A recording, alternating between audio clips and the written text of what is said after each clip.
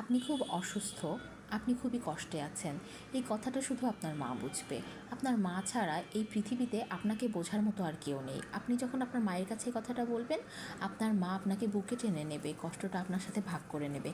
একই কথা যখন আপনি অন্য কারোর কাছে বলতে যাবেন, সে দেখবেন উল্টা আপনাকে তার কষ্টটা শুনিয়ে দেবে, আপনারটা বুঝবে না। আসসালামু আলাইকুম। আজকে আমি লাউ চিংড়ি রান্না করছি। লাউ চিংড়ি রান্না করার জন্য আমি চিংড়িটাকে আগে থেকে ভেজে তুলে নিয়েছি।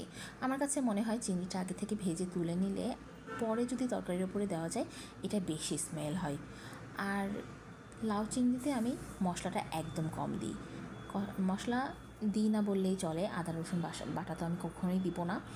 এখন আমি লাউটাকে সব মশলা দিয়ে খুব ভালোভাবে কষিয়ে নেব, ঢাকনা দিয়ে ঢেকে ঢেকে লাউটাকে সেদ্ধ করে নেব। লাউটা যদি আপনার কচি হয়, দেখবেন লাউ থেকে অনেকটা পানি ছেড়ে দিবে, লাউয়ে পানি দিতে হবে না। এই লাউটা একটু শক্ত ছিল, এই জন্য এর পেছনে আমার একটু বেশি কষ্ট করা লেগেছে, বেশি কষানো লেগেছে, আর একটু পানি দিয়ে সেদ্ধ করতে হয়েছে। পানি দিয়ে ঝোলের পানিটা দিয়ে দিয়েছি, তারপরে ওপর থেকে চিংড়ি মাছগুলো দিয়েছি, ঝোলটা একদম শুকিয়ে ফেলেছি। দেখেন খুবই সুন্দর একটা থকথকে লাউ চিংড়ির তরকারিটা রেডি হয়ে গেল। কেমন হয়েছে বলেন তো? ভালো লাগলে আমার চ্যানেলটা সাবস্ক্রাইব করবেন। আল্লাহ হাফেজ, সবাই ভালো থাকবেন।